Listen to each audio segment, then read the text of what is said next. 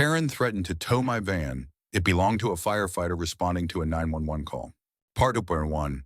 I'm Jake Russo, and I've been a firefighter for 8 years, long enough to know that trouble finds you whether you're looking for it or not. That Tuesday afternoon, trouble came in the form of Karen Schmitz, the self-crowned HOA Karen of Pinewood Estates, a woman who turned a parking spot into a battlefield. But I'm getting ahead of myself. Let me set the scene. Karen woke up every day like it was her personal mission to keep Pinewood Estates from falling into anarchy. At 6 a.m. sharp, she'd roll out of bed, slip into one of her garish tracksuits, teal that day, bright enough to signal aliens, and tease her blonde hair into a helmet of curls that could survive a tornado. She'd brew a single cup of decaf downstairs, the machine hissing like it was scared of her. Her husband Carl was already in the basement, lost in his model trains, a man who'd figured out years ago that staying invisible was the key to survival. Karen didn't care. She had a neighborhood to run, and she ran it like a dictator with a vendetta. Pinewood Estates was her turf, a suburban maze of cul-de-sacs and identical houses where chaos wasn't tolerated. The lawns were mowed to a precise half-inch. The mailboxes stood like soldiers, and the air smelled faintly of fertilizer and fear. Karen had been HOA president for 6 years, a gig she'd grabbed after the last guy fled town, driven out by her endless nagging about his peeling fence. She was 53 but swore she was 49, and nobody had the spine to check. Her pale blue eyes could spot a violation from a block away. Unapproved flower pots, kids' bikes on porches, cars with scratches, and her voice, a nasal shriek, made dogs howl and neighbors cringe. Karen wasn't just the boss, she was the queen, and Pinewood was her fiefdom. Her mornings were a power trip. After coffee, she'd snatch her clipboard, black stamped with Pinewood HOA in gold, and hit the streets. Her heels clacked like a warning shot, sending kids scrambling and adults ducking. She'd storm past Mrs. Jenkins' place, barking, "Your petunias are too tall. Cut 'em or pay up." She'd glare at Mr. Patel's garage, snapping, "That oil stain's a disgrace. Scrub it by Thursday." Neighbors waved timidly, hoping she'd pass. Most didn't get off that easy. Karen didn't think she was mean, just thorough. Pinewood wasn't some rundown suburb. It was her masterpiece, and she'd keep it that way. Her house was her throne room. The living room had framed awards. HOA President of the Year 3 in a row. And a shelf of binders, parking offenses, yard violations, general eyesores. Her front yard was a stunner. Roses pruned to perfection, a driveway so clean it gleamed, and a no trespassing sign screwed into the porch like a dare. Carl mowed the lawn once a week, muttering under her watch. "Happy wife, happy life," he'd grumble to anyone who'd listen. Karen didn't need his help. She had her clipboard, her rules, and her iron fist. That was her strength. Me? I'm a different story. I work at Station 12, a brick box on the edge of town where the calls are rough and the coffee's worse. I've been there 8 years, long enough to earn my stripes and a reputation for running into fires when everyone else is running out. I'm 32, not too tall, 5'10" on a good day, but built solid from years of hauling hoses and swinging axes. My hair's a dark mess, my hazel eyes crinkle when I laugh, and I've got a scar on my left cheek from a bar fight I didn't start but definitely finished. The guys at the station call me Russo or Smartass, depending on the day. I drive Betsy, a 1992 Dodge Ram van that's older than my little sister and twice as stubborn. She's rusty green, with a bumper held together by duct tape and a groan that wakes the dead. I love her anyway. That Tuesday, April 8th, 2025, I wasn't planning on tangling with Karen. I was at the station, polishing my helmet, when the radio crackled at 2:17 p.m. Structure fire, 1493 Maple Lane, Pinewood Estates. Smoke reported. Possible occupant inside. I was up before the dispatcher finished, yanking my gear on. Captain Torres, a vet with a mustache like a broom, grabbed the engine keys. T-Bone, our rookie with legs like a stork, scrambled to keep up. I took Betsy, she's faster than waiting for the engine, and tailed them, sirens screaming. Maple Lane was a postcard of suburban hell, neat hedges, pastel houses, and a crowd of gawkers in bathrobes. Smoke poured from Mrs. Hargrove's garage, flames licking at paint cans inside. I parked Betsy at the curb, one tire nudging Karen's no parking zone, hand-painted of course. I didn't notice. I was too busy grabbing my helmet and sprinting toward the fire. Mrs. Hargrove, 82 and feisty, was on the driveway, yelling about her cat, Mr. Whiskers. Karen was 3 houses down, pruning her roses, when she heard the sirens. She dropped her shears, snatched her clipboard, and stormed out, teal tracksuit blazing. The smoke didn't faze her. Your van did. She saw Betsy, squatting there like a junkyard reject, and her blood boiled. It was half an inch into her zone, a rusty eyesore defiling her street. She marched over, heels clicking, clipboard raised like a sword. The fire was secondary. My van was the real crime. I was inside the garage when she got there, the heat hitting me like a punch. The fire was small but nasty, paint cans popping, sparks flying. I spotted Mr. Whiskers, a fat tabby glaring from a shelf, and lunged for him. The shelf wobbled, a can fell, and I ducked as it burst. I grabbed the cat, bolted out, and handed him to Mrs. Hargrove, coughing as she hugged him. The crowd cheered. T-Bone doused the flames, and Torres gave me a nod. Then Karen struck. "Excuse me." Her voice cut through the noise like a chainsaw. She stood by Betsy, clipboard in hand, glaring at me as I peeled off my helmet. "Who owns this? This garbage?" I turned, wiping soot off my face, and sized her up. "That'd be me, ma'am. What's up?" "What's up?" Karen's laugh was a short, bitter bark. "This heap is breaking every rule I've got. Improper parking, visual nuisance, everything." I grinned, leaning against Betsy. "Just saved your neighbor's cat, ma'am. You're welcome." "I don't care about the cat," she snapped. "This is Pinewood Estates, not a scrapyard. I'm towing that thing right now." I crossed my arms, still grinning. "Name's Jake. And you are?" "Karen Schmitz," she hissed, jabbing her pen at me. "HOA president. And you, Jake, are in big trouble." I chuckled. "Nice to meet you, Karen. Good luck with that tow." Karen's eyes narrowed. Oh, this was going to be fun. Part 2. So there I was, Jake Russo, standing by Betsy with soot on my face and a fat tabby's claw marks on my arm, staring down Karen Schmitz, Pinewood Estates' own HOA Karen, like she just declared war on my soul. And in a way, she had. That Tuesday afternoon was supposed to be simple. Put out a fire, save a cat, go back to Station 12 for a cold soda. Instead, I'd stumbled into Karen's turf, and she wasn't about to let my van, my sweet, beat-up Betsy, ruin her perfect little kingdom. What started as a parking gripe was about to blow up into the funniest, most ridiculous feud I'd ever seen. Here's how it went down. Karen didn't waste a second after her big, "I'm towing that thing" proclamation. She whipped out her phone, a sparkly cased monstrosity that matched her tracksuit, and started dialing, her manicured nails stabbing the screen like it had personally offended her. "Yes, hello. Pinewood Towing? This is Karen Schmitz, HOA president," she barked, loud enough for half the block to hear. "I've got an illegally parked vehicle on Maple Lane. Yes, right now. It's an eyesore, a safety hazard, the works. I need it gone yesterday." I stood there, arms crossed, watching her with a mix of amusement and disbelief. The fire was out. Mrs. Hargrove was hugging Mr. Whiskers like he'd just come back from the dead, and T-Bone was coiling the hose while Captain Torres shook his head from the sidelines. The crowd was still milling around, whispering and pointing, but Karen didn't care about them. Her world had narrowed to Betsy, my rusty green van, parked half an inch into her sacred no-parking zone. I could have moved it right then. Hell, I probably should have. But something about her attitude lit a spark in me. I wasn't about to let this teal tornado push me around.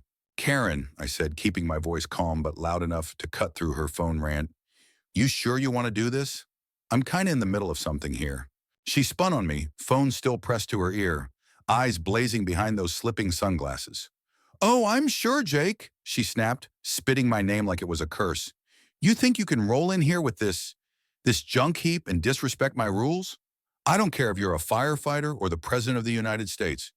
This is my street, and I say it goes." I laughed, a big rolling laugh that made her flinch. "Your street, huh? Funny, I thought it belonged to the city. Or maybe Mrs. Hargrove, since I just saved her garage." Karen's face went red, a shade that clashed hard with her teal tracksuit. "Don't you sass me, mister. I've got authority here. 6 years as HOA president. You're just some punk with a rust bucket." Punk with a rust bucket who put out your fire, I shot back, grinning wider. You're welcome again, by the way. She huffed, turning back to her call. Yes, yes, I'm still here. Hurry up. Bring the big truck. She hung up with a flourish, shoving the phone into her pocket, and jabbed her clipboard at me. You'll see, Jake. That thing's history. I shrugged, leaning against Betsy like I didn't have a care in the world. All right, Karen, you do you. Just don't cry when it doesn't go your way. That was like throwing gas on a fire. Karen's eyes narrowed to slits, and she stormed off toward her house, muttering something about teaching me a lesson. I figured that was the end of it. Maybe she'd cool off, realize she was picking a fight with the guy who'd just saved the day. But oh, I underestimated her. Karen Schmitz didn't cool off. She doubled down. By the time I'd finished up at Mrs. Hargrove's, making sure the garage was safe, giving her a quick rundown on space heaters, the tow truck still hadn't shown. Torres clapped me on the shoulder saying, Nice work, Russo. Watch out for that one, though. She's got a screw loose. T-Bone snickered, and we loaded up the engine. I climbed into Betsy, fired her up with that familiar walrus groan, and pulled out, leaving Karen's no parking zone behind. I thought I'd won. I was wrong. The next morning, I got a text from my buddy Dave, who lives on Oak Drive, 2 streets over from Maple Lane. Dude, you pissed off the HOA lady. She's on a rampage. Attached was a photo, a flyer taped to his mailbox, bright yellow with bold black text. Attention residents. An illegal vehicle has infiltrated Pinewood Estates. This rusty green van is a threat to our community's standards. Report sightings to Karen Schmitz, HOA president, immediately. There was a blurry picture of Betsy, snapped from Karen's porch, and a phone number circled in red marker. I laughed so hard I nearly spilled my coffee. She's lost it, I said to myself, showing the text to T-Bone when I got to the station. He snorted. What's her deal, man? It's a van, not a tank. She's HO Karen, I said, shrugging. It's personal now. That day I had no calls in Pinewood, so I figured Karen's little flyer stunt was just hot air. But when I swung by Dave's place after my shift to grab a beer, I saw them everywhere. Flyers on every mailbox, every streetlight, even taped to a damn tree. She'd gone full propaganda mode and the neighborhood was buzzing. Dave handed me a bottle, grinning. Heard she's been knocking on doors, asking if anyone's seen the van guy. You're famous, Russo. Infamous, I corrected, clinking my bottle against his. She's gonna tow Betsy over my dead body. The next day it got weirder. I was back at Station 12, polishing gear, when my phone buzzed with a call from an unknown number. I picked up, expecting a telemarketer. Instead, I got Karen's voice, sharp as a knife. Jake Russo, this is Karen Schmitz. I know that was your van yesterday, and I'm not done with you. I leaned back in my chair, grinning. Hey, Karen, miss me already? Don't you dare mock me, she snapped. I've got witnesses. Mrs. Jenkins saw you drive off in that heap. You're not a resident here, which means you've got no right parking on my streets. I'm filing a formal complaint with the city, and I've got a tow lined up for the next time you show your face. Karen, I said, keeping my tone light, you're going to waste a lot of time chasing Betsy. I was on a call, saving your neighborhood, remember? Maybe send me a thank you note instead. She scoffed. Thank you? For bringing that eyesore here? You're a menace, Jake, and I'm going to prove it. Stay out of Pinewood, or you'll regret it. She hung up before I could reply, and I just sat there, shaking my head. She's unhinged, I told Torres, who'd overheard the whole thing. He smirked. You've got a fan, Russo. Better watch your back. I didn't take it too seriously. Karen was a nutcase, sure, but what could she really do? Then Thursday hit, and I got my answer. Another 911 call came in from Pinewood, 1427 Maple Lane this time, right next to Mrs. Hargrove's place. Smoke in the kitchen, possible electrical fire. I grabbed Betsy, tailed the engine, and rolled up to the scene. It was a quick fix, a toaster gone rogue. But as I was wrapping up, I saw Karen lurking across the street, clipboard in hand, phone out, snapping pictures of Betsy like she was building a case for the FBI. I waved at her all friendly like, Hey Karen, back for round 2? She didn't wave back. You're a repeat offender, Jake, she yelled, loud enough for the neighbors to peek out their windows. This time, I've got proof. That tow truck's on speed dial. I laughed, climbing into Betsy. You're welcome for the toaster rescue, Karen. See you around. She didn't reply, just kept snapping photos, her face a mask of fury. I drove off, thinking she'd give up eventually. Nope. That night, Dave texted me again. She's at it, man. Sugar in your gas tank. Another photo. This time, Karen sneaking around Betsy, parked at Dave's curb, pouring a bag of sugar into the tank like some cartoon villain. Lucky for me, I'd moved Betsy to the station after the last call. Karen was sabotaging Dave's pickup instead. I called him laughing. Dude, she got your truck. Dave groaned. Great, now I've got a sticky engine, and she's blaming you. This is your war, Russo. My war, I said. She started it. Friday morning, Karen upped the ante. I rolled into Pinewood for a routine inspection. Mrs. Hargrove had asked me to check her wiring and found a welcoming committee. Karen had rallied half the block, Mrs. Jenkins with her pruning shears, Mr. Patel with a rake, and a handful of others clutching her flyers. They stood by Betsy, parked legally this time, chanting, "Tow the van! Tow the van!" Karen strode up, triumphant. See, Jake? The people agree. This heap's got to go.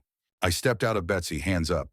Karen, you've got a mob over a van. I'm here to help Mrs. Hargrove. You really want to tow me for that? Yes, she shrieked. You're a blight, Jake Russo, a blight. The crowd faltered. Mrs. Jenkins lowered her shears, muttering, he did save the cat, but Karen didn't back down.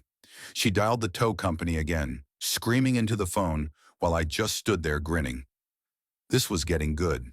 So there I was, Jake Russo, standing in the middle of Maple Lane, with a crowd of Pinewood Estate's finest glaring at me like I'd kicked their dogs.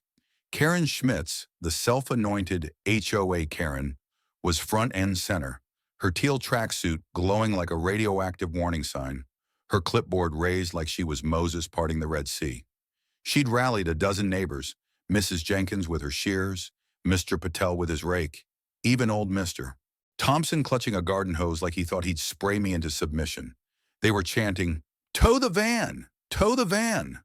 Or at least trying to, though half of them looked like they'd rather be back in their recliners watching reruns. Karen was screaming into her phone, demanding a tow truck this instant, while I leaned against Betsy, my rusty green 1992 Dodge Ram, grinning like an idiot. Why? Because this was the dumbest fight I'd ever been in, and I was kinda enjoying it. Karen, I called over the chance, loud enough to make Mr. Thompson flinch. You sure you want to play this game? I'm just here checking Mrs. Hargrove's wiring. You know, keeping your neighborhood from burning down? She hung up with a dramatic jab at her phone and whirled on me, eyes blazing behind those slipping sunglasses. Don't you dare patronize me, Jake Russo, she shrieked, her voice hitting a pitch that could shatter glass. You and this abomination, she jabbed her pen at Betsy, are a disgrace to Pinewood Estates. I've got the full support of this community, and we're done with your nonsense. I glanced at the community. Mrs. Jenkins was shifting her weight, looking like she'd forgotten why she was there. Mr. Patel was checking his watch. Mr. Thompson's hose was dribbling onto his sneakers. The chant had petered out, and a couple of kids on bikes were snickering from the sidewalk. Full support, huh? I said, raising an eyebrow. Looks like a real revolution, Karen. Her face went purple, clashing spectacularly with the teal. You think you're clever, don't you? She snapped. Well, laugh all you want, because I've got connections. The tow company answers to me, the city council knows my name, and I've got a lawyer on retainer who'll bury you in paperwork so fast you'll wish you'd never set foot here. I laughed. A big, booming laugh that made her flinch. Karen, you're going to give yourself a heart attack over a van. How about you take a deep breath? Maybe thank me for saving Mrs. Hargrove's cat last week, and we call it even.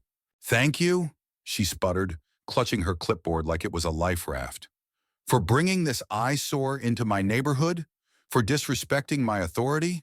You're a menace, Jake, and I'm going to make sure everyone knows it.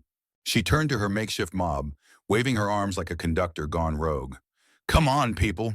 Tell him what we think of his junk heap. The crowd mumbled something half-hearted. Mrs. Jenkins muttered, It's not that bad, and Karen's eyes bulged.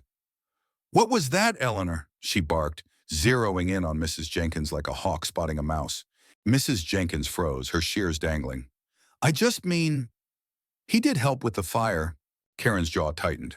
Eleanor Jenkins, are you siding with this hooligan? I'm not siding with anyone, Mrs. Jenkins said, backing up. I just think maybe we don't need to tow. Enough, Karen cut her off, spinning back to me. You see what you've done? You're tearing this community apart. But I won't let you win, Jake. That tow truck's coming, and when it does, your precious van is gone. I shrugged, climbing into Betsy's driver's seat. All right, Karen, you do what you gotta do. I've got wires to check. I fired up the engine. Betsy groaned like a hungover walrus and pulled out, leaving Karen fuming in my rear view. The crowd scattered, and I caught Mr. Patel muttering, "She's lost it," to Mr. Thompson as I drove off. I thought that'd be the end of it for the day. Karen throwing her tantrum, me getting back to work. But Karen wasn't playing around. She was in it for blood, or at least for Betsy's scrap value. By lunchtime, my phone was blowing up with texts from Dave, my buddy on Oak Drive.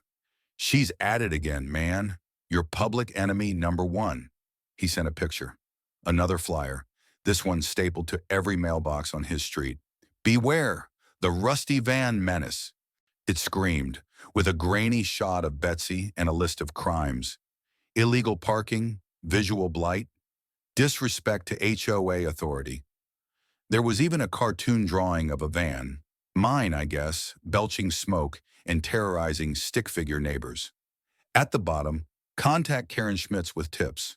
Reward neighborhood pride. I laughed so hard I nearly choked on my sandwich. "She's offering pride as a reward," I said, showing the phone to T-Bone at the station. "What's next? A medal for snitching?" T-Bone snorted. "She's got too much time, man. You gonna move Betsy to avoid her?" "Hell no," I said, leaning back in my chair. "If Karen wants a fight, she's got one. Betsy's not going anywhere." That afternoon, I swung by Pinewood again. Not for a call, just to grab some tools I'd lent Dave. I parked Betsy in his driveway, nice and legal, and figured I was safe. Wrong. I was barely inside 5 minutes when Dave nudged me, pointing out the window. "Your girlfriend's back." Sure enough, there was Karen, creeping along the sidewalk with her clipboard, eyeing Betsy like it was a bomb. She had a measuring tape in one hand, checking the distance from the curb to Dave's mailbox, muttering to herself. I opened the door and leaned out. "Hey, Karen, you lost something." She jumped, dropping her tape, and spun on me. "You!" she hissed, pointing like I was a wanted criminal. "Don't think you can hide that thing in a driveway. I know the rules. Section 4.2, subsection B, no unsightly vehicles visible from the street." I stepped onto the porch, hands in my pockets. "Karen, it's in a driveway, on private property. You gonna tow Dave's house next?" She bristled, clutching her clipboard tighter. "Don't tempt me, Jake. I've got photos, timestamps, everything. You're not above the law." "Law?" I said, grinning. "Lady, I'm a firefighter. I'm out here saving lives while you're measuring mailboxes. Maybe get a hobby?" Her face went from red to nuclear. "A hobby? My hobby is keeping this neighborhood perfect, and you're ruining it. I'm calling the tow company right now. Don't you dare move that heap." She yanked out her phone, dialing with a vengeance, and I just shook my head, heading back inside. "Good luck, Karen," I called over my shoulder. Dave was cracking up in the kitchen. "Man, she's obsessed. You sure you don't want to just park somewhere else?" "Nope," I said, grabbing a soda from his fridge. "She wants to play. I'm game. Let's see how far she takes this." Spoiler, she took it far. By Saturday, Karen had turned her vendetta into a full-blown campaign. I got a call from Mrs. Hargrove, sweet old lady, still grateful for Mr. Whiskers, sounding nervous. "Jake, honey, I don't want trouble, but Karen's been by. She says your van's a public nuisance and wants me to sign a petition to ban it from Pinewood." I pinched the bridge of my nose. "A petition for my van?" "She's got a whole stack," Mrs. Hargrove said. "Says it's for the good of the community. I didn't sign, but she's not happy." "Thanks for the heads up, Mrs. H," I said. "Don't worry about it. Karen's just blowing smoke." But Karen wasn't just blowing smoke.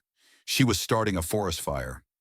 That evening, I swung by Pinewood to check on Dave's pickup, still sticky from her sugar stunt, and the place looked like a propaganda war zone. Flyers were everywhere, mailboxes, trees, even stuck under windshield wipers. She'd upgraded the design. "Stop the Van Menace," in red letters with a photo of Betsy circled like a mugshot. There was a new line at the bottom: "Emergency HOA meeting Monday night. Demand action against Jake Russo's vehicle." Dave handed me a beer, shaking his head. "She's calling you out by name now, man. That's bold." "Bold?" I said, laughing. "It's unhinged. She's throwing a town hall over a van. You gonna show up? He asked. I grinned. Wouldn't miss it. Sunday was quiet. No calls, no Karen sightings. But I could feel the storm brewing. I spent the day at the station, cleaning gear and dodging T-Bone's questions about my HOA girlfriend. By Monday, I was ready for whatever Karen had cooked up. I rolled into Pinewood that evening for her big emergency meeting, parking Betsy right in front of the community center. Dead center. Perfectly legal just to mess with her. The place was packed, 50 neighbors crammed into folding chairs, Karen at the front with a projector and a pointer, looking like she'd been mainlining coffee since Friday. I slipped in the back, nodding to Dave, who was already there smirking. Karen didn't see me at first. She was too busy clicking through a PowerPoint titled, "The Van Problem, a Threat to Pinewood's Future." Slide 1, a photo of Betsy with a red X over it. Slide 2, a list of violations longer than my arm. Slide 3, a pie chart labeled Community Distress, which I'm pretty sure she'd made up on the spot. "Good evening, residents," Karen's voice boomed, her tracksuit now a violent magenta. "We're here to address a crisis. A rusty, reckless van driven by one Jake Russo, who thinks he's above our rules." The room murmured. I raised my hand from the back. "Yo, Karen, you gonna let me talk? Or is this a one-woman show?" She froze, spotting me, and her eyes went wide. "You," she sputtered. "How dare you show your face here?" "It's a public meeting," I said, strolling to the front, hands in my pockets. "Figured I'd hear you out. So what's the deal? You still mad about a half-inch of parking?" The crowd tittered. Mrs. Jenkins hid a smile, and Karen's face flushed. "This isn't about one incident, Jake. It's about your pattern of disrespect.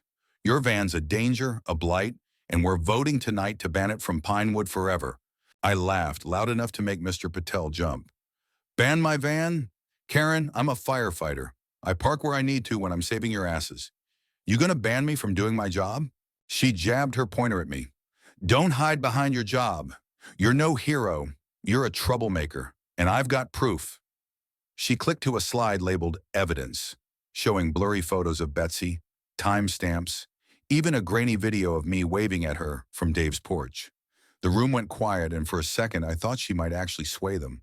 Then Mrs. Hargrove stood up, wobbling but firm. "Karen, with all due respect, this boy saved my cat in my garage. Maybe leave him be?"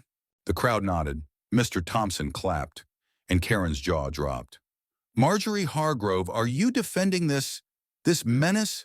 "I'm saying he's a good kid," Mrs. Hargrove said, "and that van's his. Let it go." Karen's eyes darted around, her control slipping. "This isn't about one opinion. We're voting now. Who wants this van gone?" A few hands went up. Mrs. Jenkins hesitated, then dropped hers. Karen's face fell. I stepped closer, grinning. "Looks like your revolution's fizzling, Karen. How about we call it a night?" She slammed her pointer down. "This isn't over, Jake. I'll have that tow truck here tomorrow, and you'll wish you'd never crossed me." I tipped an imaginary hat. "See you tomorrow, then." I walked out, the crowd buzzing behind me, and drove Betsy back to the station, laughing the whole way. Karen was down, but she wasn't out. Not yet. Tuesday morning, I woke up to a voicemail from Karen, left at 3 a.m. Because of course she was up plotting at 3 a.m. "Jake Russo, this is Karen Schmitz. You may have turned my neighbors against me, but I'm not finished. I've got a tow scheduled for noon today, and I'm personally supervising. Be there, or your van's scrap metal." Her voice was shaking, like she was one bad day from a full meltdown. I played it for the crew at breakfast, and T-Bone nearly spit out his cereal. "She's gonna tow you in broad daylight? Ballsy." "Or stupid," I said, grabbing my keys. "Guess I'm heading to Pinewood."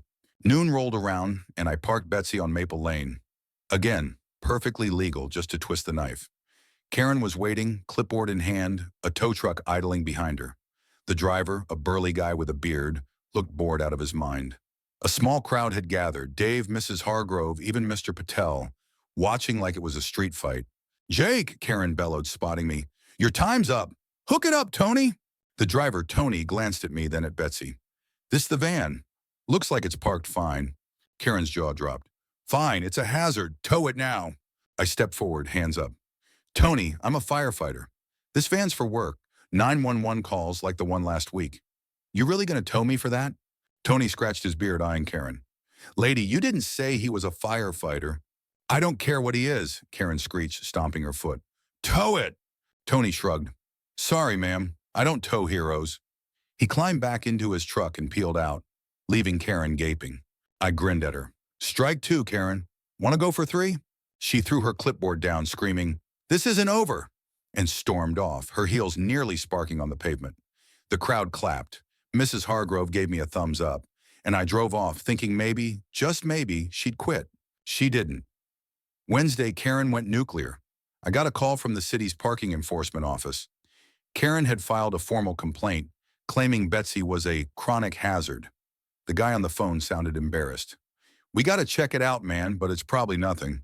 This Schmitz lady calls us weekly. Thanks for the heads up, I said, already planning my next move.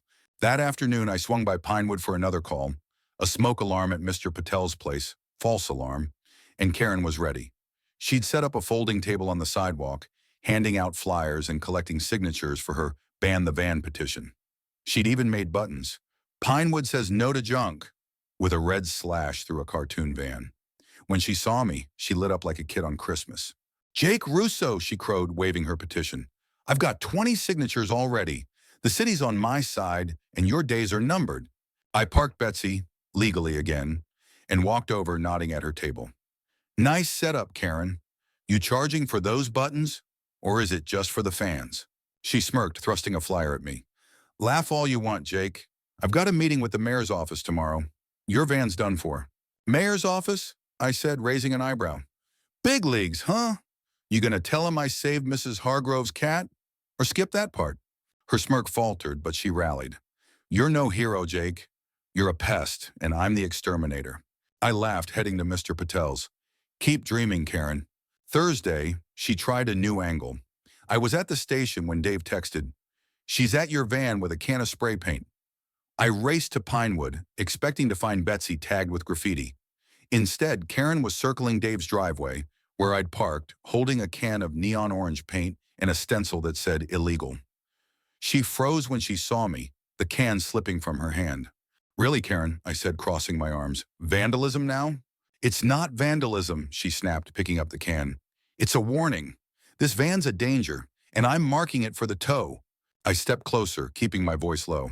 Karen, you spray my van, and we're not talking HOAs anymore. That's police territory. Her eyes widened, but she held her ground.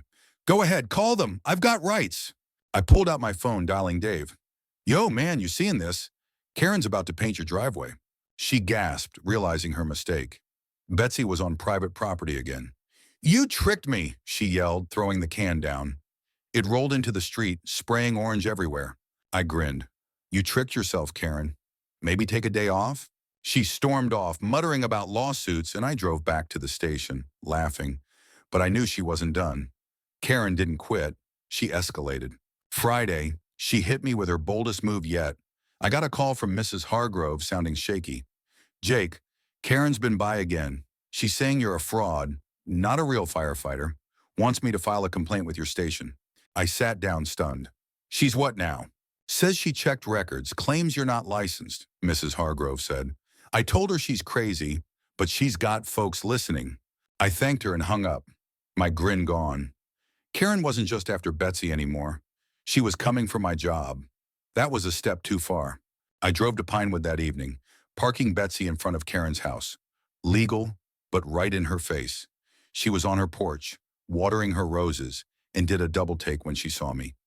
What are you doing here? She demanded, hose dripping.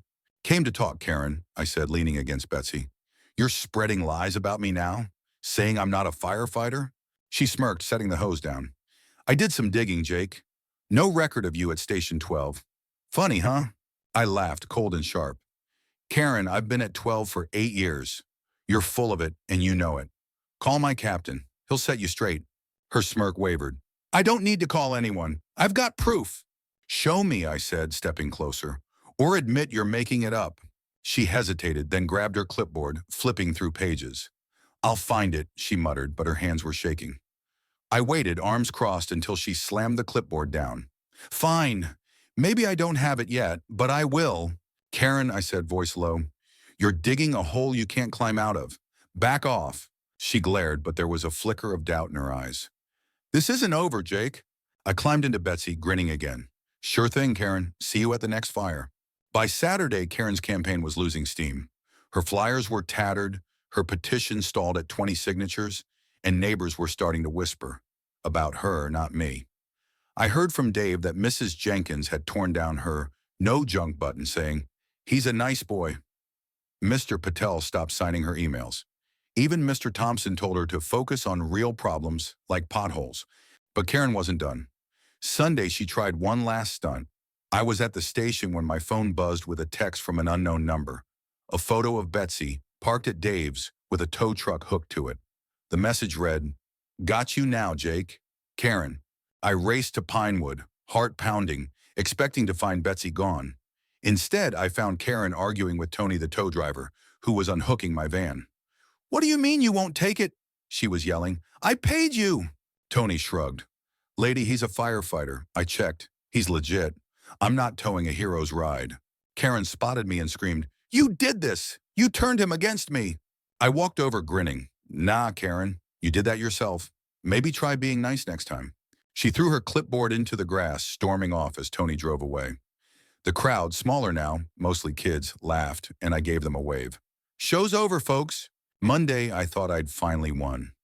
No calls from Karen, no flyers, no tow trucks. I swung by Pinewood to check on Mrs. Hargrove, parking Betsy legally, and saw Karen's house quiet. Curtains drawn, no clipboard in sight. "Maybe she's given up," I told Dave over coffee.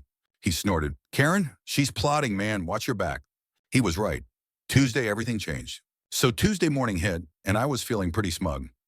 Karen Schmitz had gone quiet after her tow truck flop on Sunday. Tony, the driver, had shut her down cold, unhooking Betsy and leaving her screaming in the street. I'd parked my van at the station overnight, figuring she'd finally burned out her crazy. I was wrong. Karen didn't burn out. She smoldered, and that smolder was about to ignite something wild. I was at Station 12, sipping coffee and trading jabs with T-Bone, when my phone buzzed with a text from Dave. "She's back, man. Big time." Attached was a photo. Karen standing in the middle of Maple Lane, holding a megaphone. Yeah, a freaking megaphone.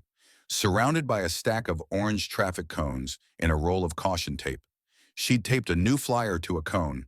"Van Free Zone. Protect Pinewood from Jake Russo's menace." I squinted at the pic. There was Betsy, parked at Dave's curb from the night before, circled in red marker like a crime scene. I laughed, showing it to T-Bone. "She's got a megaphone now? What's next, a SWAT team?" He grinned. "You're her white whale, Russo. She's Captain Ahab in a tracksuit." "More like Captain Crazy," I said, grabbing my keys. "Guess I'm heading back to Pinewood." I rolled up to Maple Lane around 10 a.m., and it was a circus. Karen had roped off half the street with her caution tape, the cones forming a sloppy barricade around Dave's driveway where Betsy sat. She was pacing, megaphone in hand, barking orders at nobody in particular. "This is a restricted zone. No unauthorized vehicles beyond this point." A handful of neighbors watched from their lawns. Mrs. Jenkins looked embarrassed. Mr. Patel was filming with his phone, and Mrs. Hargrove was shaking her head from her porch. I parked Betsy a block away, legal of course, and walked over, hands in my pockets. "Morning, Karen," I called, loud enough to cut through her megaphone squawk. "What's with the quarantine? My van got a virus?" She spun on me, her magenta tracksuit clashing with the orange cones. "You!" she bellowed, megaphone amplifying her shriek into a banshee wail. "Don't you dare mock me, Jake Russo. This is war. Your van's a public health hazard, and I'm shutting it down." I stopped at the edge of her tape line, grinning. "Health hazard? Karen, it's a van, not a bioweapon. You gonna call the CDC next?" She lowered the megaphone, eyes blazing. "Laugh all you want, Jake. I've got the street closed off. Official HOA emergency protocol, section 7.9. No one's moving that heap until I say so." I glanced at the tape. It was sagging, one end already caught in a bush. "Official, huh? You got a permit for this? Or just a bad case of Monday blues?" Her face went redder than her flyer's marker. "I don't need a permit. I'm the HOA president, 6 years running. I've got authority, and you've got nothing." "Authority to block a public street?" I said, stepping over the tape. "Pretty sure that's a city thing, Karen. You might want to check your bylaws again." She lunged forward, megaphone swinging. Stay back. This is my jurisdiction. You're trespassing now. I laughed, dodging her. Trespassing on a sidewalk? Come on, Karen. Even you're not that delusional. Mr. Patel piped up from his lawn, still filming. She's been at it since 7 a.m., Jake. Woke me up yelling about van germs. Germs? I turned to Karen, raising an eyebrow. What's next, hazmat suits? She jabbed the megaphone at me. You're a disease, Jake Russo. A disease on this neighborhood. I'm protecting my people. Your people? I said, nodding at the crowd. They look real protected, Karen. Mrs. Jenkins is about to bolt, and Mr. Patel's got you on YouTube. Karen glanced at Mr. Patel, who waved his phone cheerily, and her jaw tightened. Fine, laugh it up, but I've got a tow truck coming, and this time it's personal. She yanked out her phone, dialing with a vengeance, and I just stood there, arms crossed, waiting for the show. The tow truck didn't come. Not yet, anyway. But Karen wasn't done. By noon, she'd escalated her barricade game. She dragged out a folding chair, a cooler of Diet Coke, and a bullhorn, because apparently the megaphone wasn't loud enough. She sat there guarding Betsy like it was Fort Knox, shouting at anyone who got close. Back off! This is a restricted area. Van-free zone in effect. Dave came out, rubbing his eyes. Jake, she's been screaming for hours. My dog's hiding under the bed. I clapped him on the shoulder. Sorry, man, she's got a vendetta. Want me to move Betsy? He grinned. Nah, this is too good. Let her tire herself out. But Karen didn't tire. By 2 p.m., she'd roped in reinforcements. Mrs. Carter, a pinched-faced widow who hated everything, and Mr. Lopez, a guy who'd once fined me for dropping a burger wrapper on his lawn. They stood by her table, holding signs. No van, no chaos. And Pinewood deserves better. Karen was in her element, directing them like a general. Hold those higher, Susan. Miguel, wave it at him when he comes back. I'd stepped away to grab a sandwich from Dave's fridge. But when I came back, the scene had grown. A news van from Channel 5 rolled up. Someone, probably Mr. Patel, had tipped them off. A reporter, a young woman with a mic and a camera guy, hopped out, scanning the chaos. We're live in Pinewood Estates, she said, where a neighborhood dispute over a van has escalated into this. Karen spotted them and lit up like it was her Oscar moment. She grabbed her megaphone and marched over, shoving past me. I'm Karen Schmitz, HOA president, she bellowed. This van, owned by Jake Russo, is a threat to our community. It's rusty, it's ugly, and it's parked illegally. We demand action. The reporter turned to me, mic in my face. Sir, you're Jake Russo? Care to comment? I grinned, brushing crumbs off my shirt. Yeah, I'm Jake. That's my van, Betsy. I'm a firefighter. Been saving lives here. Like last week when I pulled a cat out of a burning garage. Karen's just mad it doesn't match her roses. The camera guy snickered and Karen's face twisted. Don't listen to him, she yelled. He's a liar, a menace. Tow it now. The reporter raised an eyebrow. So you're saying a firefighter's van is a menace?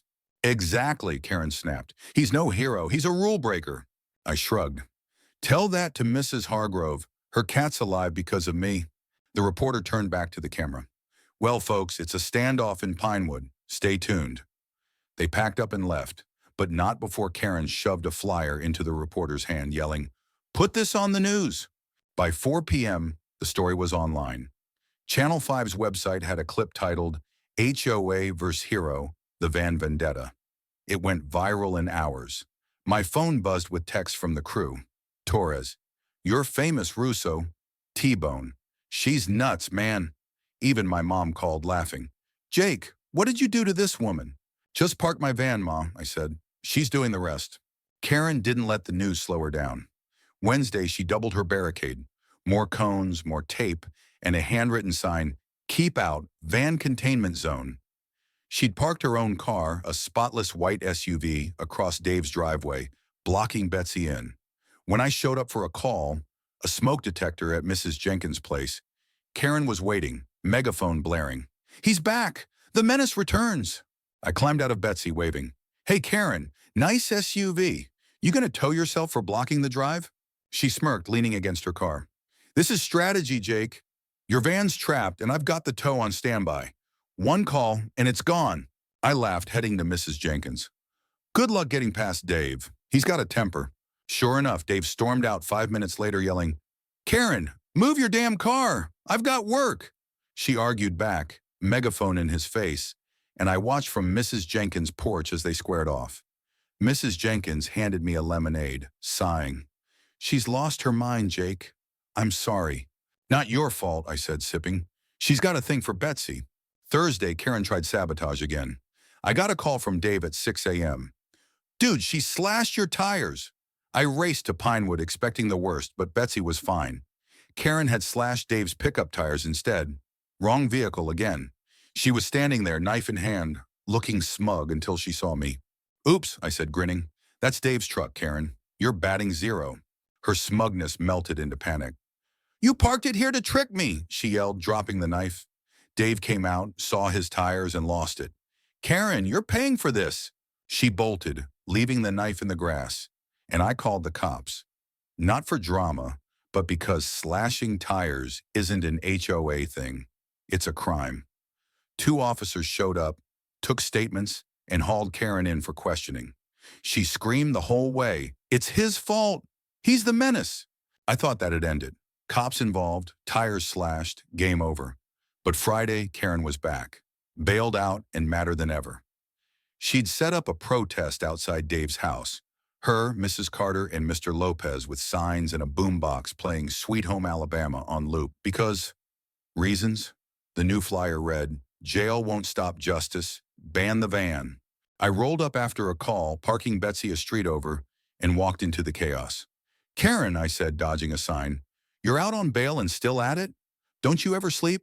She turned the boombox off, glaring. Sleep? I'll sleep when your van's gone, Jake. I've got a lawyer now, suing you for emotional distress. I laughed. Emotional distress? Lady, you're distressing yourself. I'm just doing my job. Your job's a sham, she snapped. I've got proof you're no firefighter. Fake badge, fake calls. Call Station 12, I said, crossing my arms. Ask Captain Torres. Or better yet, ask Mrs. Hargrove about her cat. She hesitated, then rallied. I'm meeting the mayor tomorrow. He'll shut you down. Sure, Karen, I said, walking away. Tell him hi from Betsy. Saturday, she went quiet. Too quiet. I figured the mayor thing was a bluff, but Sunday, I got a heads up from Torres. Russo, some HOA nut called the city, says you're a fraud. They're sending an inspector Monday. I groan. Karen's hitting the big leagues. Handle it, Torres said. She's a pest, but don't let her sting you. Monday, the inspector came. A bored guy named Phil who checked my badge, my logs, and Betsy. You're legit, he said, scribbling notes. This Schmitz lady's full of hot air. She's been spamming us for weeks. Thanks, Phil, I said, relieved. She's got a grudge. No kidding me, he said, driving off. I thought I'd dodged the bullet, but Tuesday, 2 weeks after this all started, Karen pulled her wildest stunt yet. I got a call from Dave at dawn. She's got a crane, man, a freaking crane. I raced to Pinewood, and there it was. A construction crane parked on Maple Lane, its hook dangling over Betsy.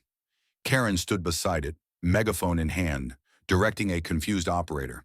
Lift it, take it to the dump. A crowd watched. Channel 5 was back, filming live. I sprinted over, yelling, Karen, what the hell, a crane? She grinned, triumphant. You're finished, Jake. No tow truck? Fine, I'll lift that heap myself. The operator hesitated. Lady, I need a permit for this. I'm the HOA, she screamed. That's your permit. I got in front of Betsy, hands up. Hold up, pal. This is my van, Firefighter property. You lift it, you're stealing.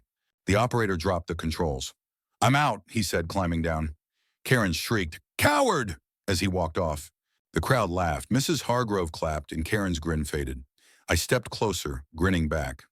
Nice try, Karen. What's next, a tank? She threw the megaphone down, storming off as Channel 5 zoomed in. This isn't over, she yelled, but her voice cracked. I drove Betsy back to the station, thinking maybe, just maybe, she'd hit her limit. I was wrong. Karen was saving her best for last. Part 3, I woke up to my phone buzzing like a hornet's nest. Texts from Dave, Mrs. Hargrove, even Torres. Dave's first. She's lost it, man. Full meltdown. Mrs. Hargrove. Jake, honey, Karen's at my house with a tow truck. Torres. Russo, get to Pinewood. 911 call. Fire at 1423 Maple Lane again. And your HOA nuts involved. I bolted upright, adrenaline kicking in. Mrs. Hargrove's place again? And Karen with a tow truck? I yanked on my gear, grabbed Betsy's keys, and raced out, calling Torres on the way. Cap, what's happening? Smoke reported, he said, voice tight. Neighbor saw flames in the garage, same spot as last time. And that Karen woman's there, screaming about your van. Move it, Russo. I floored Betsy, sirens blaring. Yeah, I'd rigged her with a portable one for emergencies and hit Maple Lane in 10 minutes flat. The scene was chaos on steroids. Smoke poured from Mrs. Hargrove's garage, thicker than last time, with flames licking the doorframe. The engine was already there. T-bone on the hose, Torres barking orders. Mrs. Hargrove stood on her lawn, wringing her hands, Mr. Whiskers hissing in her arms. And there in the middle of it all was Karen. Teal track suit swapped for a neon yellow one, megaphone in one hand, phone in the other, standing by a tow truck hooked to Betsy, parked at the curb. I slammed Betsy's door and ran over, dodging a stream from T-Bone's hose. Karen, I yelled, voice cutting through the sirens. What the hell are you doing? She spun on me, megaphone blaring. I've got you now, Jake Russo. Your van's mine, and this fire's your fault.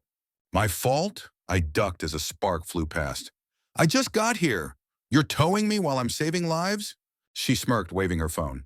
I called the tow. It's legal this time. Emergency removal, section 8.4. You're done. I glanced at the tow truck. Tony again, looking like he'd rather be anywhere else. Tony, seriously? Now? He shrugged, unhooking Betsy. She paid double, man. But I'm out. This is nuts. He climbed into his cab and peeled off, leaving Karen gaping. I didn't have time to gloat. The fire was growing, paint cans popping inside the garage, a crackling roar building.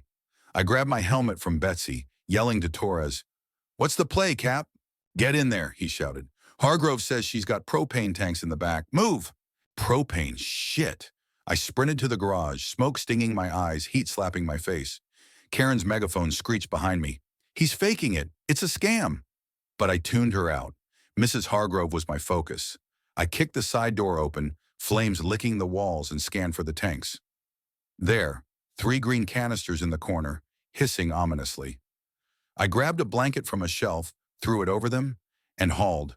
2 trips, coughing like hell, dragging them to the lawn. T-Bone hit the fire with the hose and I went back in. Mrs. Hargrove's photo albums were on a table, starting to curl. She'd kill me if those burned.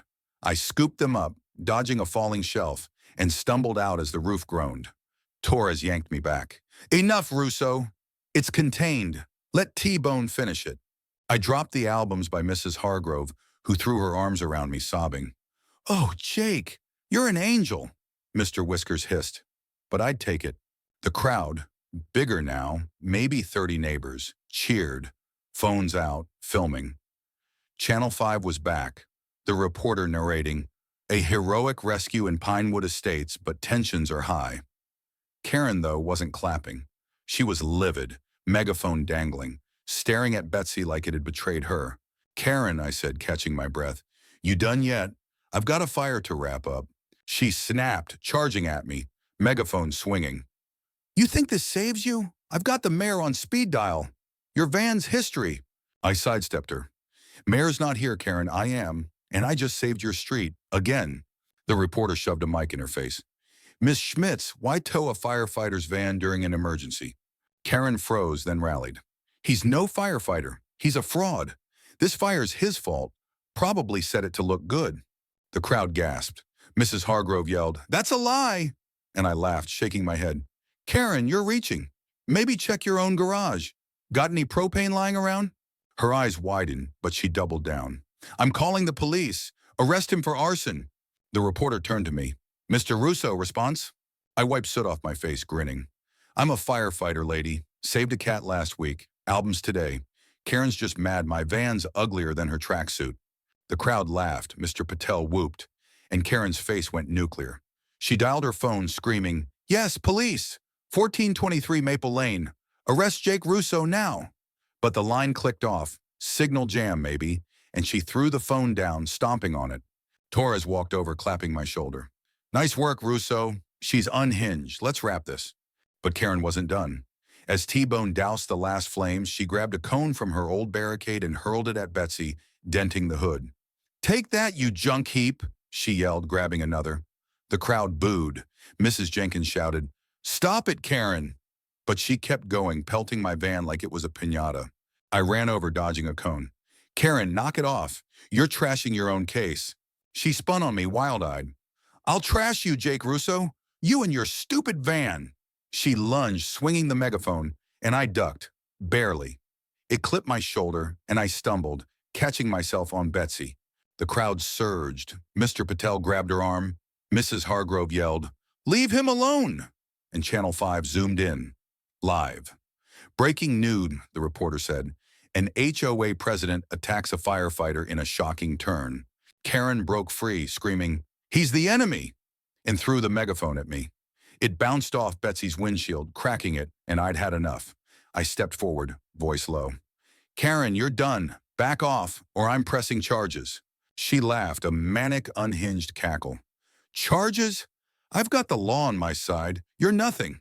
Then it happened. The tow truck rolled back in. Tony, back for round 2, hopped out, scratching his beard. "She called me again, man. Triple pay. What's going on?" Karen pointed, triumphant. "Hook it up, Tony, now!" I stepped in front of Betsy. "Tony, you see this fire? I just pulled propane tanks out of there. This van's mine, I'm on duty." Tony hesitated, eyeing the smoke, the crowd, me and my gear. Then he saw Mrs. Hargrove waving her albums, and his face softened. "You're the cat guy?" "Yeah," I said, "and the propane guy. Don't do this, man." Tony turned to Karen. "Lady, he's a firefighter. I'm not towing him. Not today." Karen screamed, "You traitor!" and lunged at Tony, who dodged, tripping over a cone. She fell, sprawling in the grass, and the crowd gasped, then laughed. Channel 5 caught it all, the reporter barely hiding a grin. "An unexpected twist in Pinewood?" I helped Tony up, nodding. "Thanks, man." "No sweat," he said, climbing into his truck. "She's nuts." He drove off, leaving Karen in the dirt, megaphone busted beside her. She staggered up, grass-stained, hair a mess, and pointed at me. "This isn't over, Jake. I'll bury you." I grinned, wiping my hands. "Sure, Karen. Catch you later." The fire was out, Mrs. Hargrove safe, and Karen's meltdown was live on TV. I thought that was the peak, her empire crumbling, my van still standing. But Karen had one last card, and it was a wild one. Thursday morning, I was at the station, debriefing with Torres, when my phone rang, City Hall. "Mr. Russo, this is Mayor Thompson's office. We've got a complaint. Karen Schmitz says you're harassing her with your van. Wants an emergency ban." I laughed, stunned. "Harassing her? She's been towing me for weeks." The aide sighed. "Yeah, she's been calling nonstop. Mayor's meeting her today, 2 p.m. You want to come?" "Damn right," I said. "I'll be there." 2 p.m., City Hall, a brick building downtown, all flags and bureaucracy.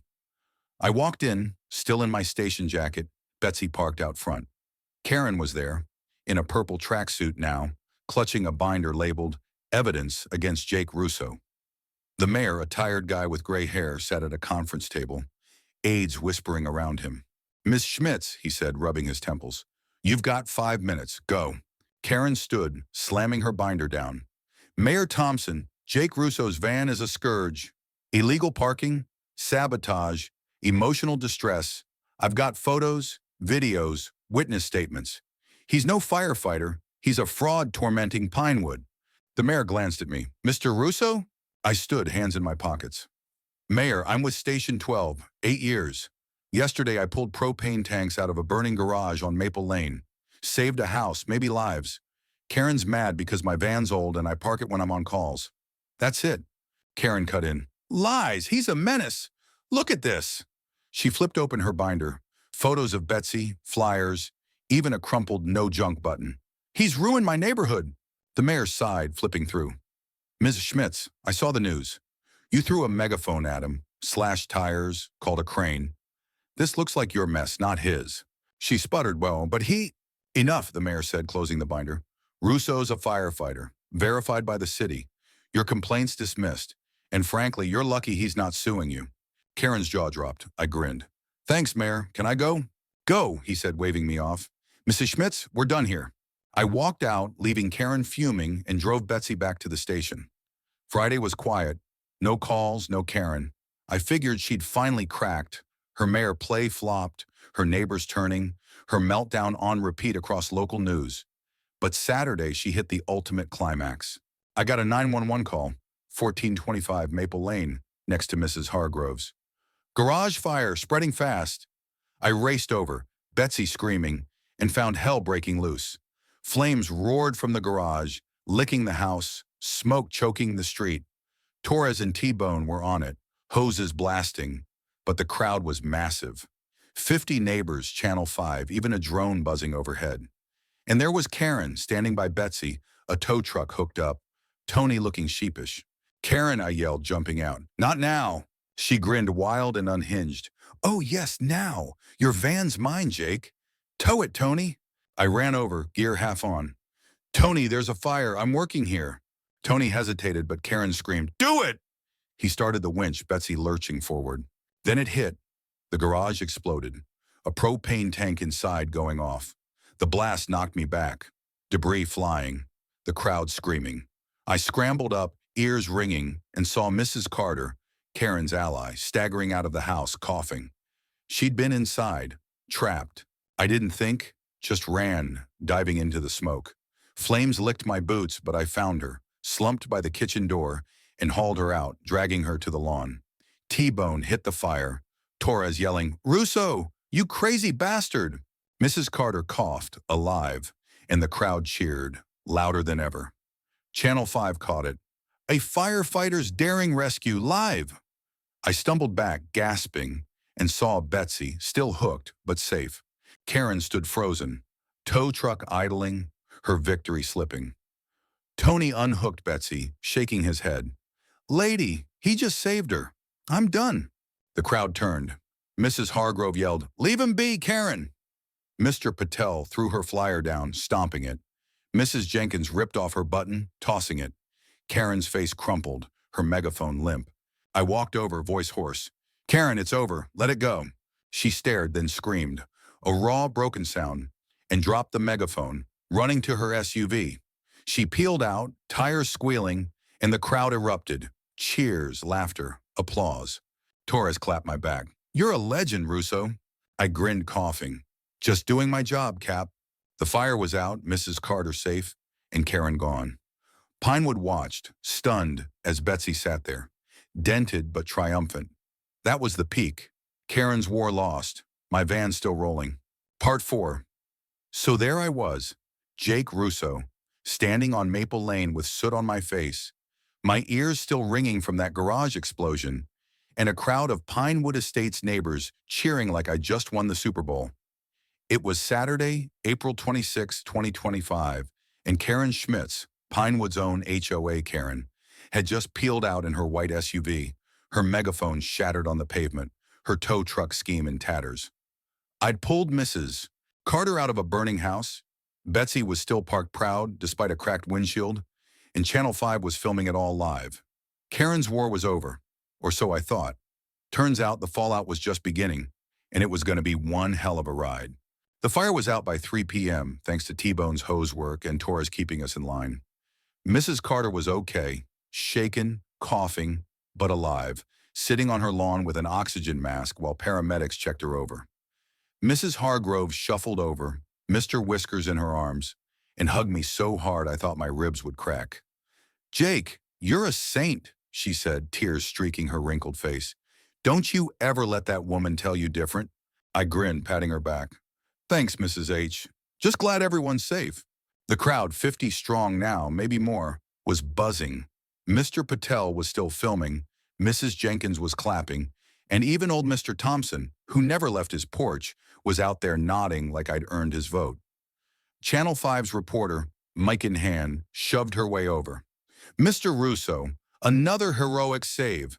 How do you feel after this standoff with the HOA president? I wiped sweat off my brow, catching my breath. Feel like I need a shower and a beer. Karen's been after my van for weeks. Guess she picked the wrong day to tow it. The reporter laughed, turning to the camera. A firefighter's grit triumphs over HOA drama. Stay tuned for more.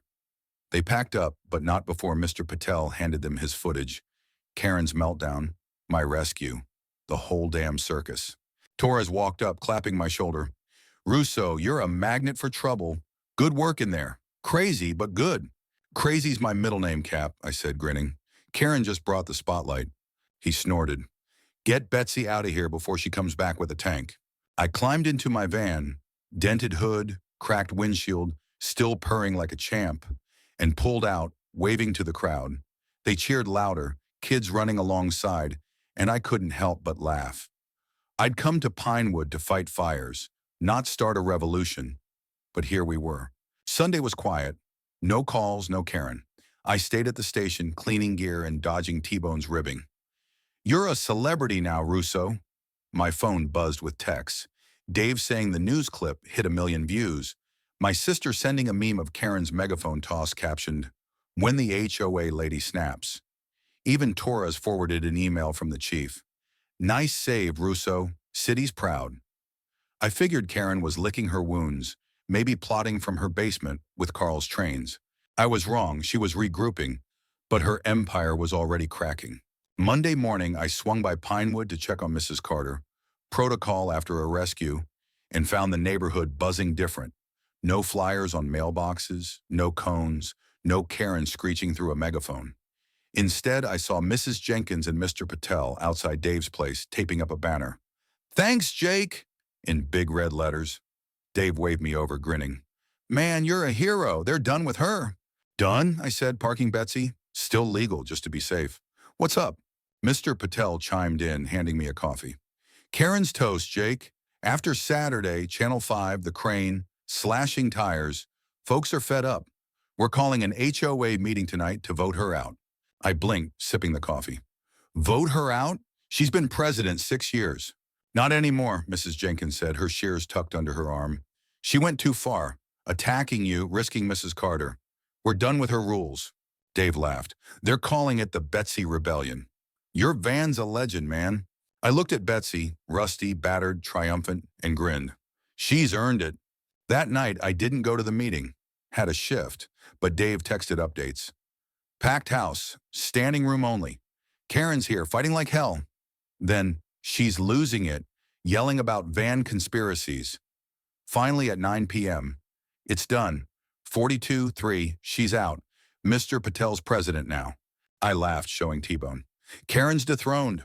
Betsy's the real MVP. He snorted. You gonna frame that windshield? Maybe, I said. It's a war trophy now. Tuesday, the fallout hit hard. Channel 5 ran a follow-up. HOA president ousted after van feud goes viral. They interviewed Mr. Patel, who said, Jake's a hero. We're not punishing him for that. Karen lost sight of what matters. Mrs. Hargrove got a soundbite. She tried to tow a Saints van. I'll never forgive her. The clip ended with my rescue, slow-mo of me hauling Mrs. Carter out, captioned, Firefighter prevails. My phone blew up. Friends, family, even strangers on X saying, keep Betsy rolling, man. Karen's name was mud online. Memes of her megaphone toss, her crane fiasco, hashtags like HOA Karen and Betsy the Beast trending locally. I didn't gloat much, but it felt good. Karma's a hell of a thing. Wednesday, I got a call from Mrs. Hargrove, voice shaky. Jake, Karen's at my door, says she's suing you. Thought you should know. I sighed, rubbing my temples. Suing me? For what? She's babbling about defamation, distress. Won't leave till I sign something. I told her no. Thanks, Mrs. H, I said. I'll handle it. I drove to Pinewood, parking Betsy a block away. Didn't want to poke the bear too hard. Sure enough, Karen was on Mrs. Hargrove's porch, purple tracksuit swapped for a rumpled gray sweatsuit, hair flat, no sunglasses. She looked broken, waving a stack of papers at Mrs. Hargrove, who was barring the door with Mr. Whiskers hissing behind her. I walked up, hands up. Karen, what's this about a lawsuit? She spun on me, eyes wild but tired. You ruined me, Jake Russo. My reputation, my presidency, gone. I'm suing you for everything. Defamation, emotional distress, property damage. Property damage, I said, nodding at Betsy down the street. You dented my hood, cracked my windshield. Maybe I should sue you. She laughed, a hollow, desperate sound. Go ahead, I've got nothing left, thanks to you. Mrs. Hargrove cut in firm. Karen, leave him be. You did this to yourself. Slashing tires, throwing things. Go home. Karen's face crumpled, papers slipping from her hands. You're all against me, she muttered, stumbling off the porch. This isn't over. She shuffled to her SUV, drove off slow, and I watched her go, feeling a twinge of, not pity exactly, but something close. She's done, Mrs. Hargrove said, patting my arm. You're safe now, honey. I grinned. Hope so, Mrs. H. Betsy's earned a break. Thursday, the legal threat fizzled. I got a call from a lawyer. Karen's, a nervous guy named Greg.